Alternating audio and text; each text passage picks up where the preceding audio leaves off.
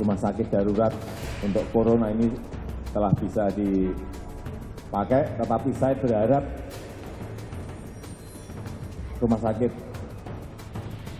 darurat corona ini tidak digunakan. Artinya rumah sakit yang ada, yang telah kita siapkan jauh hari sebelumnya telah bisa melaksanakan penanganan virus corona ini.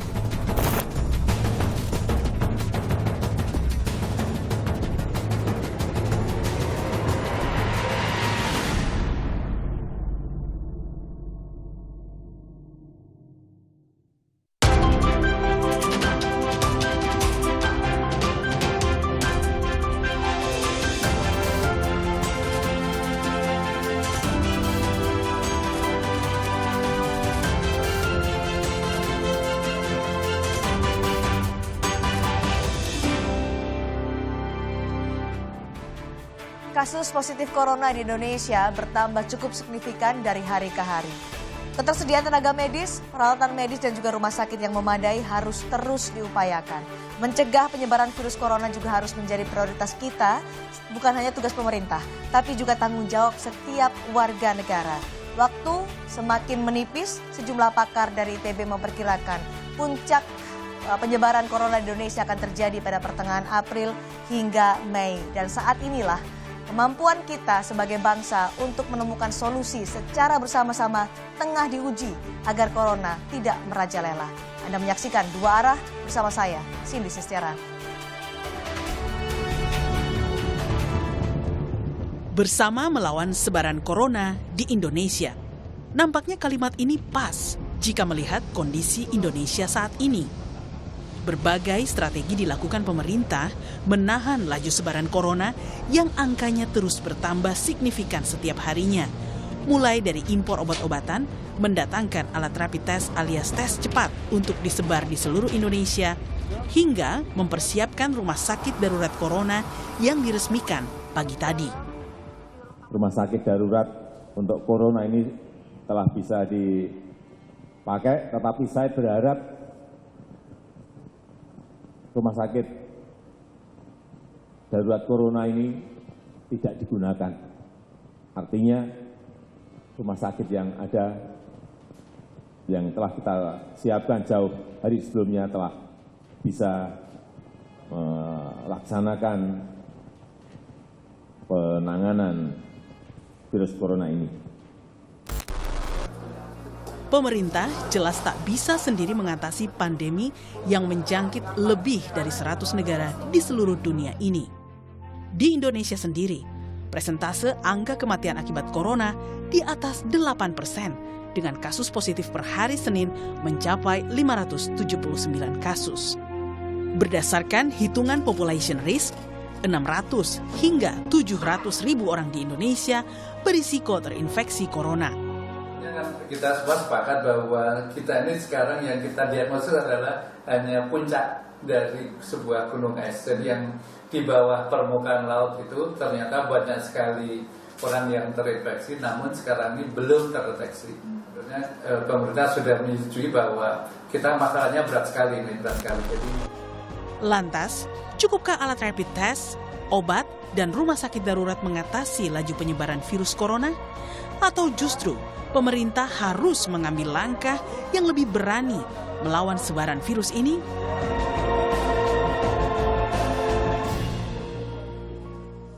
Bersama mencari solusi agar corona tidak merajalela adalah topik Dua Arah malam hari ini. Dan kami ingin menginformasikan kepada Anda saudara bahwa Dua Arah malam hari ini mengikuti kebijakan atau imbauan dari pemerintah untuk menjaga jarak sosial atau social distancing. Antara narasumber yang hadir di studio Dua Arah malam hari ini, kami beri jarak 1 meter, bahkan mungkin ini sedikit lebih untuk menjaga jarak atau interaksi langsung. Kami juga tidak menghadirkan penonton seperti biasanya, ini untuk menghindari kerumunan sebagai bagian dari mengikuti anjuran atau imbauan pemerintah memutus mata rantai penyebaran virus corona di Indonesia.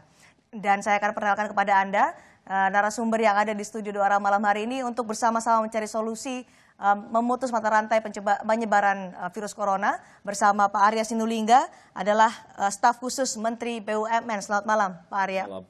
Dan juga Pak Abednego Tarigan, PLT Deputi 2 Kantor Staf Presiden. Selamat malam, Pak Abed. Dan juga Pak Hermawan Saputra, Dewan Pakar IAKMI yang telah hadir. Pak Hermawan, terima kasih sudah hadir. Dan juga ada Mbak Oki Asokawati, Ketua DPP Partai Nasdem. Selamat malam. Selamat malam Mbak Cindy. Kita akan membuka diskusi kita untuk mencari solusi ini dengan pernyataan dari Presiden Joko Widodo soal rapid test yang telah dilakukan. Ini dia. Kemudian mengenai rapid test, memang sudah dilakukan sore hari ini di wilayah yang dulu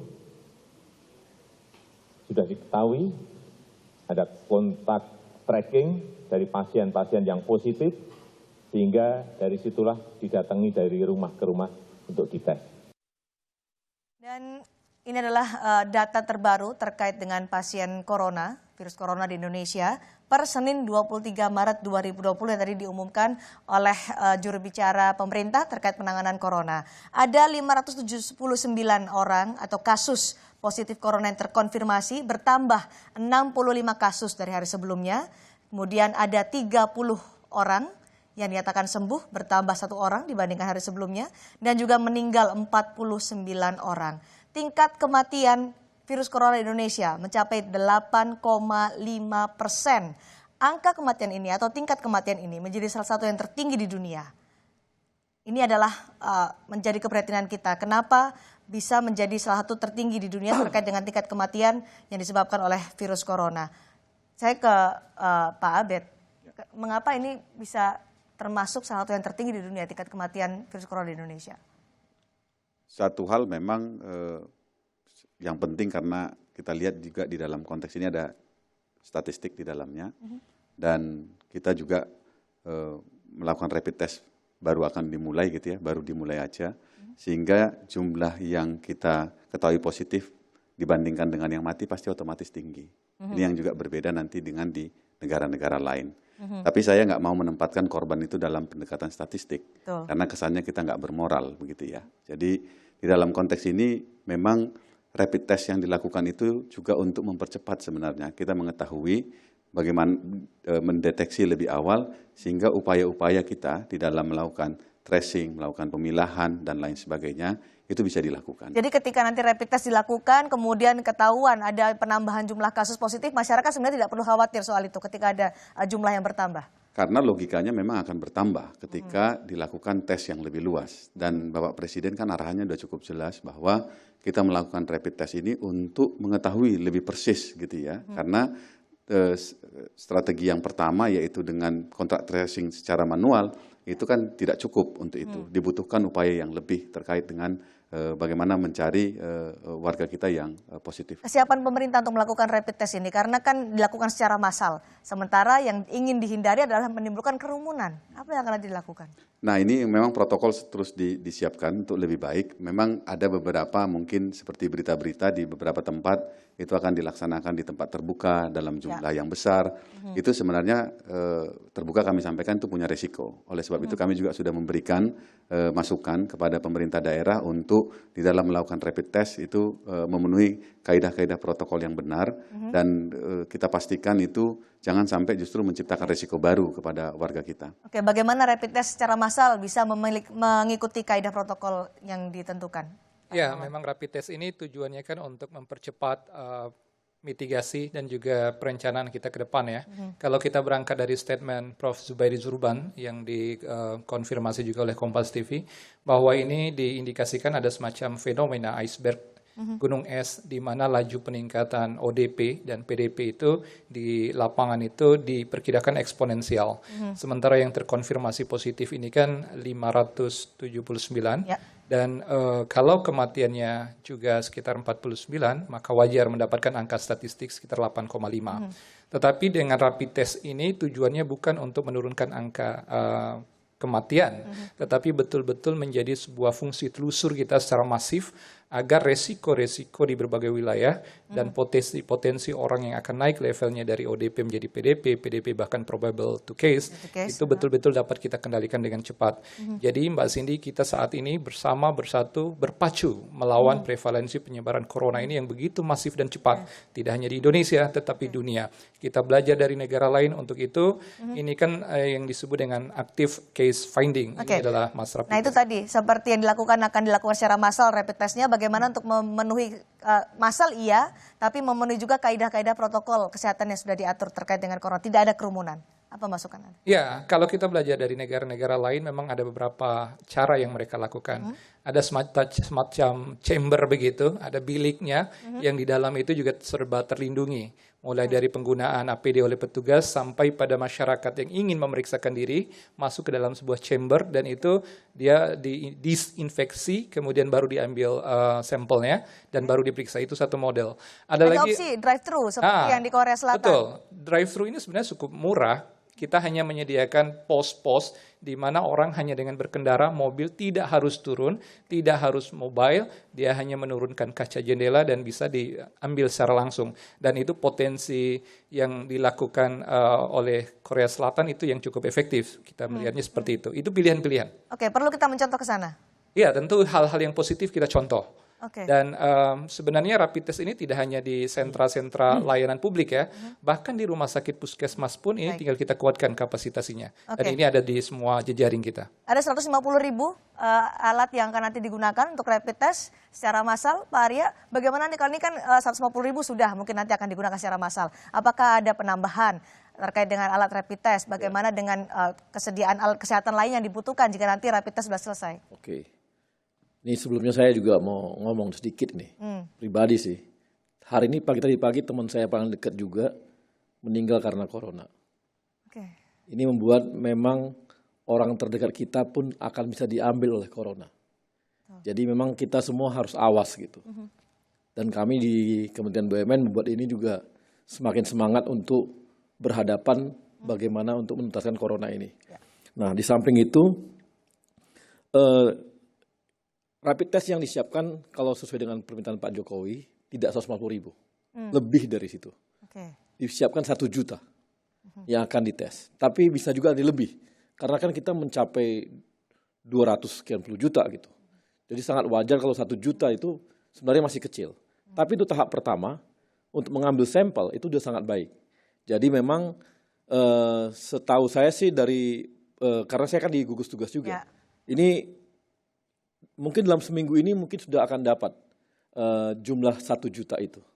Minggu ini? Minggu ini akan dapat 1 juta. Jadi 150.000 ini akan dilakukan beberapa hari ke depan, 1 atau 2 hari ini? Tapi gini Mbak, ketersediaan alat itu harus dipersiapkan juga dengan sebuah infrastruktur yang baik. Betul. Artinya gini, nanti misalnya ketika ada orang dites positif, dia panik, minta ke rumah sakit. Rumah sakitnya nggak siap, kamarnya nggak siap. Misalnya ada di Bekasi, Depok dan sebagainya, di Jawa Barat, di Sukabumi dibuat. Dites, ternyata ada positifnya. Rumah sakit nggak siap terima. Lalu ditampung di mana? Jadi memang ini infrastruktur kamar untuk menerima mereka pun sudah harus siap. APD logistik pun harus disiapkan. Peran BUMN seperti apa nih? Nah, yang pertama adalah, makanya kami kemarin katakan kepada teman-teman di gugus tugas bahwa tunggu kami siapkan dulu rumah sakit yang cukup besar kamarnya. Supaya teman-teman tahu di RSP itu cuma 20 loh kamar. Di Sulianti Saroso ya? Iya, itu pun nanti mau naik 40. Kami siapkan akhirnya ada 1.000 lebih. 1.500 lebih di asrama. Wisma Atlet. Nah, makanya kami kemarin siapkan dulu di Wisma Atlet sehingga ketika nanti di rapid test dilakukan, paling tidak di Jakarta udah ada 1 rumah sakit yang bisa menampung itu. Dan nantinya rumah sakit ini di samping untuk membuat nanti rumah sakit kita itu tidak untuk yang paling berat. Paling berat sedang, itu paling berat tuh langsung dimasukkan ke rumah sakit rujukan. Jadi di Wisma Atlet ada berapa daya tampungnya? Bisa sampai 1.500. Makanya target kami, tadi Pak Erick Thohir juga mengatakan sama kita bahwa kita target berikutnya adalah menambah tower berikutnya, tower kedua. Itu sampai bisa menampung 3.000 kamar sehingga kita betul-betul siap ketika rapid test dilakukan di Jakarta. Nah, tapi nggak berhenti di situ Mbak. Semarang, Surabaya, Bandung, itu harus disiapkan. Rumah sakit daruratnya tidak hanya di Jakarta. Mbak Oki, jadi ini ada rapid test, kemudian alat-alatnya sudah disediakan, kesiapan untuk rumah sakit darurat juga terus diupayakan oleh pemerintah. Catatan dari DPR? Iya, mungkin saya di sini berbicara selaku Ketua DPP Partai Nasdem bidang kesehatan, bahwa berbicara mengenai rapid test itu memang sangat teknis. Dan kalau kita berbicara mengenai teknis, artinya harus ada kaidah-kaidah yang harus kita ikuti. Seperti misalnya tidak boleh berkerumun. Kalau tadi Mas Hermawan mengatakan ada bilik-bilik yang tersirat di benak saya, ada bilik tapi kalau ngantrinya masih umpel-ulan juga nggak efektif juga. Jadi dalam hal ini saya berharap agar apa yang menjadi kebijakan di pusat itu disinkronisasi di daerah. Dalam arti kata adalah mungkin bisa mencari dengan cara melihat SKM, surat keterangan tanda tak mampu. Jadi data seperti itu bisa dilakukan. Sehingga rapid test ini dilakukan tidak dengan cara ngantre ke satu titik atau di sebesar-besarnya lapangan, susah untuk mengatur manusia begitu. Tapi saya lebih untuk dipertimbangkan kalau memang petugas ini dengan baju astronotnya itu mendatangi tadi data-data yang memang ada surat SKM-nya gitu. Jadi siapa orang yang paling berhak untuk dilakukan tes dengan 150.000 alat rapid test yang sekarang sudah tersedia? Siapa yang diprioritaskan menurut? Kalau kita dengar dari informasi para ahli dan juga dari statistik itu, bahwa sekarang yang menjadi epicentrum dari daerah yang terpapar COVID-19 ini, itu adalah Jakarta, Bogor, dan Bekasi. Yang mana itu semua sebetulnya adalah berdekatan dengan Jakarta. Artinya menurut hemat saya, yang menjadi prioritas utama itu menurut hemat saya itu adalah di Jakarta, Bogor, dan Bekasi. Pak Jokowi sendiri kalau saya baca, beliau sudah menginstruksikan bahwa untuk rapid test ini khususnya fokusnya pada Jakarta Selatan. Memang Jakarta Selatan yang paling banyak. Dan alhamdulillah dari partai kami, Partai Nasdem, mulai hari ini tadi sudah melakukan desinfektan itu ke rumah-rumah ibadah di Jakarta Selatan. Kalau dari pemerintah distribusinya seperti apa, Pak Abed? 150.000, tidak hanya di Jakarta, tapi apakah juga dibagikan kepada daerah-daerah lain? Karena pusatnya memang besar di Jakarta, tapi kasus-kasus juga kita temui di daerah lain. Ya, nanti akan didistribusi pasti ke daerah-daerah lain. Tapi seperti yang disampaikan tadi, Jabodetabek itu memang menjadi pusat yang harus diperhatikan karena ada banyak, selain jumlahnya juga konsekuensinya dan mobilitas orangnya juga cukup tinggi. Oleh sebab itu kepentingan kita untuk mengetahui kondisi Jakarta sebenarnya dan sekitarnya itu menjadi sangat penting. Akankah sentralisasi atau desentralisasi menjadi kewenangan pemerintah daerah untuk melakukan rapid test ini? Sebenarnya kan waktu diumumkan bahwa mulai dari lab dan lain sebagainya itu juga sebenarnya kita udah mendesentralisasi ya. Hanya kan yang paling penting ini supaya protokolnya itu bisa sama semuanya dan kemudian justru menciptakan rasa aman kepada masyarakat kita karena jangan sampai justru justru waktu pada saat pengujian justru masyarakat kita berada pada titik yang paling rawan sebenarnya untuk tertular virus ini. Wilayah prioritas mungkin Jakarta, iya. Tapi siapa orang-orang yang berhak untuk dilakukan tes atau rapid test ini? Mereka dengan status ODP, PDP atau masyarakat umum, tapi harus melalui syarat-syarat tertentu. Tentunya harus dengan syarat-syarat tertentu ya. Karena kan kita tidak mungkin, karena kalau tanpa syarat artinya kita harus menyiapkan 267 juta test kit gitu loh. Kalau tanpa syarat. Misalnya kita utamakan mereka-mereka yang ODP bisa misalnya. Kalau nanti kita lihat stok kita, kalau di beberapa negara kan awalnya PDP terus kemudian mereka naikkan ke ODP. Artinya karena memang stok mereka di dalam kit itu mengalami peningkatan. Seperti misalnya yang sukses dilakukan oleh Korea Selatan. ODP menjadi prioritas, Pak Hermawan. Cuman ini agak ironis ya. Media-media hari ini saya baca di berita itu malah DPR yang mau dilakukan tes rapid. Yang paling masif ini tidak hanya diri anggota, tapi juga seluruh keluarga dan seterusnya. Saya pikir ini ada semacam pola komunikasi publik yang harus kita lakukan secara hati-hati di masyarakat. Jadi kalau ditanya siapa yang paling berhak? Nah, pertanyaannya apakah ODP, PDP? Tapi yang paling berhak seolah-olah hari ini adalah anggota DPR beserta keluarga. Jadi kalau menurut Anda siapa yang paling berhak? Nah, tentu adalah masyarakat yang berisiko. Ada dua sisi. Pertama ada yang disebut dengan voluntary, artinya kerelaan dan awareness dari masyarakat. Bagi siapapun masyarakat yang merasa dirinya punya gejala yang mengarah kepada COVID-19, terutama yang paling spesifik adalah sesak, maka dia boleh untuk menyegerakan dirinya, mendatangi atau mengikut sertakan dirinya. Plus, tapi kadang-kadang kan batuk pilek saja sudah curiga, jangan-jangan ya, kalau itu saja sih tidak perlu, cukup istirahat yang cukup, makan teratur, jaga imunitas dan ada di rumah itu lebih baik. Tapi kalau dia disertai sesak, karena ini gejala yang khas untuk COVID-19, plus dia pernah terkontaminasi dengan orang-orang yang pernah ditetapkan menjadi PDP atau positif, atau pernah datang dan bergerak di wilayah-wilayah yang di situ rawan dan terkategori terpapar serius, itu patut memeriksakan dirinya. Tetapi juga dari aspek pemerintah itu mendekati masyarakat melakukan rapid test ini memang harus berdasarkan analisis yang mendalam, di mana sentra-sentra yang paling berisiko seperti area publik dan juga komunitas-komunitas yang memang kasusnya cukup tinggi. Screening terhadap pihak-pihak yang berhak untuk melakukan atau dilakukan rapid test ini juga harus dilakukan oleh pemerintah untuk menghindari mungkin kalau kita bisa bilang rush atau kepanikan. Nanti akan kami bahas di dua arah selepas jeda.